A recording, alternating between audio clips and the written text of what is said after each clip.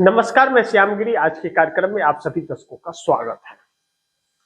India गठबंधन हुआ तैयार, कभी भी हो सकता है नई सरकार का ऐलान। अभी एक ऐसे मोड़ पर राजनीति आकर के खड़ी हो गई है कि नई सरकार लोगों के दम घुटने लगे हैं, तंग आ गए हैं लोग। लेकिन बार बार चर्चाओं में यह चीजें आकर के रुक जाए, क्योंकि जैसे इस चर्चा को बंद करो तो एक नए समीकरण पर राजनीति आकर के खड़ी हो जा रही है। अब आप दर्शक सोचिए, महाराष्ट्र से अजीत पवार और एकनाथ शिंदे एक अलग गठबंधन की तरफ अग्रसित हो रहे हैं। दो बातें वह लोग कह रहे हैं। पहला, एकनाथ शिंदे ने कई बार यह कहा कि हम एनडीए गठबंधन में रहेंगे या नहीं रहेंगे, हम जल्द फैसला करने वाले हैं, कहा था ना। और अब अजीत पवार कह रहे हैं कि हम एनडीए गठबंधन से अलग होकर के चुनाव लड़ेंगे और जरूरत पड़ी तो हम अलग गठबंधन बनाएंगे एकनाथ शिंदे के साथ मिलकर के। और तीसरी जो अहम बात कर रहे हैं, जो नरेंद्र मोदी सरकार के लिए संकट खड़ा करने वाली है, कह रहे हैं कि हम अपने चाचा के साथ घर वापसी भी कर सकते हैं।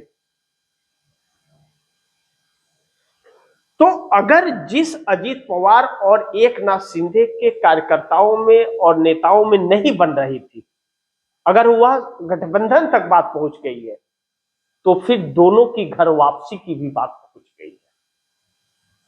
और यह दोनों अगर घर वापसी करते हैं तो भारतीय जनता पार्टी महाराष्ट्र के अंदर कभी जीवन में सत्ता में नहीं आएगी, क्योंकि सभी पार्टियों को तोड़ डाला है भाजपा ने।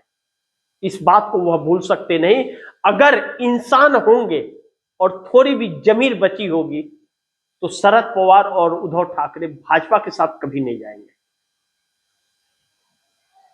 लेकिन कहते हैं कि पैसों पर बिक जाते हैं लोग, लेकिन इस वक्त नजर नहीं आ रहा है वह चीजें।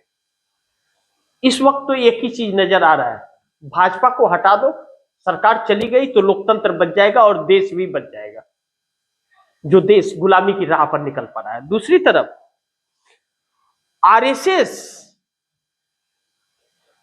जो है वह इस देश को कहीं ना कहीं गुमराह करता हुआ नजर आ रहा है, क्योंकि भारतीय जनता पार्टी और आरएसएस एक ही है, दोनों, ये दो नहीं है। लेकिन आरएसएस कह रहा है कि भाजपा और आरएसएस एक नहीं दो है। यह बातें क्यों कहनी पड़ रही है आरएसएस को?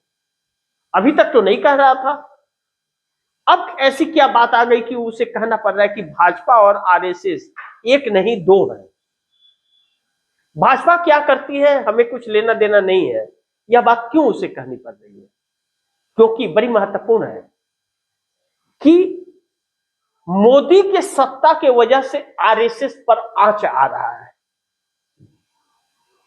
मोदी के सत्ता की वजह से आरएसएस संगठन के ऊपर आंच आ रहा है, और मोदी को जहां अस्वीकार करेंगे वहां आरएसएस को लोग स्वीकार कर ले, इसके लिए यह सारी बातें कही जा रही है, गुमराह किया जा रहा है देश की जनता को।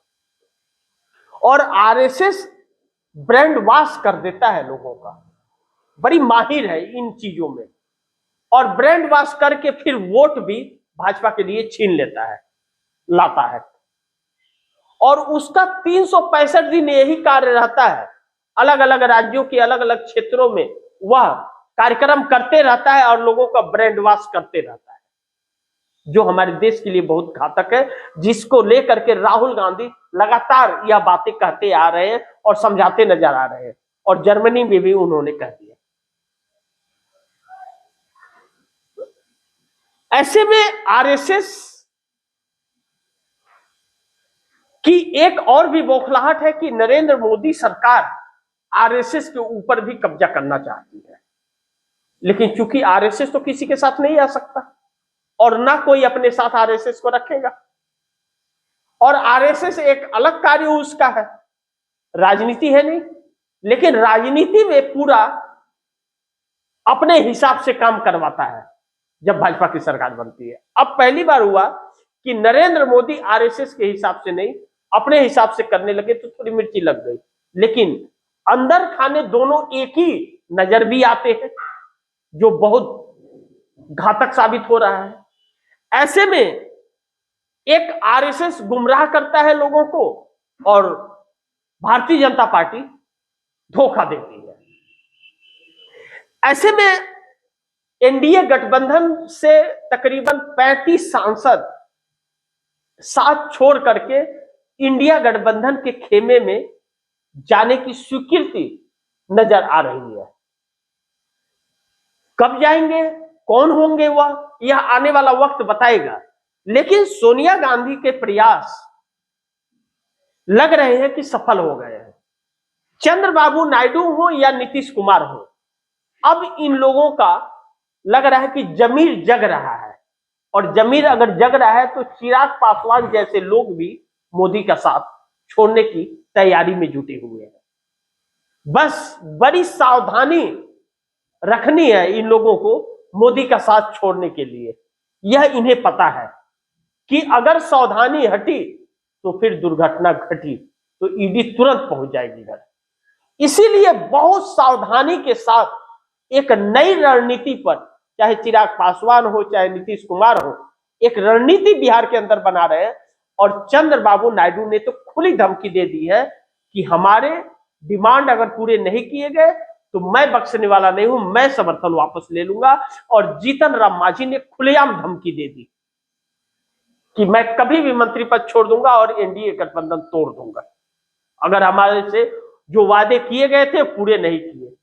और वादे पूरे करने चले नरेंद्र मोदी तो इनके पास कुछ बचेगा ही नहीं, इनके पास कुछ वैसे भी नहीं बचा है। भाजपा का घर भरते भरते और उद्योगपतियों का घर भरते भरते नरेंद्र मोदी ने इस देश का घर खाली कर दिया। ऐसे में इंडिया गठबंधन अगर अपने रणनीति में सफल हो गया तो नरेंद्र मोदी की जल्द छुट्टी हो जाएगी, मोदी की जल्द ही छुट्टी हो जाएगी, इस बात से इंकार नहीं कर सकते। और कब गिर जाएगी सरकार और कब इंडिया गठबंधन नई सरकार का ऐलान कर देगा, यह इन समझ भी नहीं पाएंगे। और इस तैयारी में इंडिया गठबंधन पूरी तरह से लगा हुआ है, जिसमें चंद्रबाबू नायडू का फुल सपोर्ट नजर आ रहा है।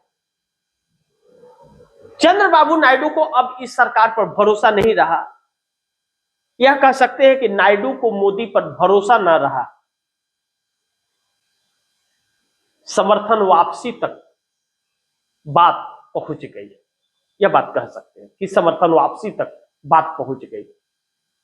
मोदी न घर के रहे न घाट के, सरकार की उल्टी गिनती शुरू हो गई।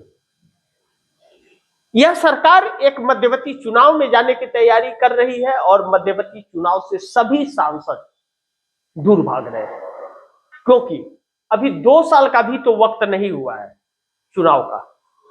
और यह सरकार किसी भी कीमत पर मध्यवर्ती चुनाव चाहती है। क्यों? इसलिए चाहती है कि मध्यवर्ती चुनाव होने से यह सरकार फिर बहुमत की आ जाएगी। चुनाव आयोग ने उसकी व्यवस्था पूरी तरह से कर दी है, यह बात सभी को पता है। इसलिए इंडिया गठबंधन का साथ देते हुए नजर आ रहे हैं, और जब साथ मिल रहा है तो इंडिया गठबंधन तैयार है और तैयारी सरकार बनाने की करता हुआ नजर आ रहा है। कब वह वक्त आएगा, बस इसका इंतजार है। तो इसी के साथ आप दर्शकों से इजाजत चाहूंगा, अगली खबर के साथ फिर हाजिर होऊंगा। लेकिन आप दर्शकों की क्या राय है, क्या सुझाव है, कमेंट बॉक्स में जरूर दीजिएगा।